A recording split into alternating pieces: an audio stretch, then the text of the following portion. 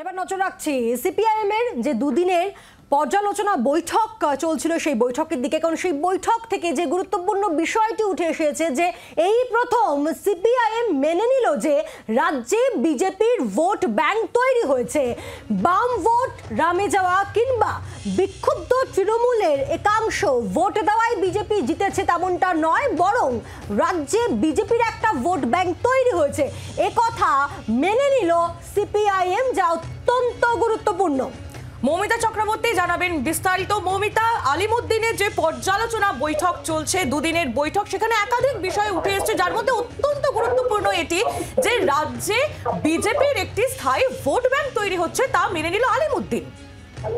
একদমই তাই। দেখো, এর আগে যখন বিভিন্ন রকম পর্যালোচনা হয়েছে, পরপর ভোট হয়েছে, তখন এটাই তারা বলেছেন যে তাদের ভোট ব্যাংক, তাদের মানুষের ভোট রাম শিবিরে গেছে। কিন্তু বিজেপি যে নির্দিষ্ট করে ভোট ব্যাংক তৈরি করতে পেরেছে, সেটা কার্যত এবার তারা মেনে নিলেন এবং বিজেপির এই ভোট ব্যাংক বিশেষ করে শহর এবং শহরতলিতে তৈরি। শুধু তাই নয়, কলকাতা পুরো এলাকার বেশ কিছু ওয়ার্ডে যেভাবে বিজেপি এগিয়ে রয়েছে, সেখানে ৩ নম্বর স্থানেরও পরে রয়েছে খুব স্বাভাবিকভাবেই ইনফরমেশন, এই তথ্য আলিমুদ্দিন শীর্ষ নেতৃত্বের কপালে ভাঁজ ফেলেছে। কারণ কলকাতা পুরো এলাকা শুধু নয়, শহরতলি এবং বেশ কিছু শিল্পাঞ্চল, সেখানে বিজেপির ভোট ব্যাংক, নির্দিষ্ট ভোট ব্যাংক তৈরি হয়েছে।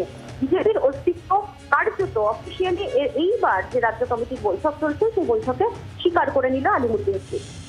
আর এই বৈঠক থেকে আর কি কি বিষয় উঠে আসে সেদিকে আমাদের নজর অবশ্যই থাকবে। তুমিও নজর রাখো মৌমিতা। মৌমিতা চক্রবর্তী আমাদের প্রতিনিধি ছিলেন আমাদের সঙ্গে টেলিফোন লাইনে।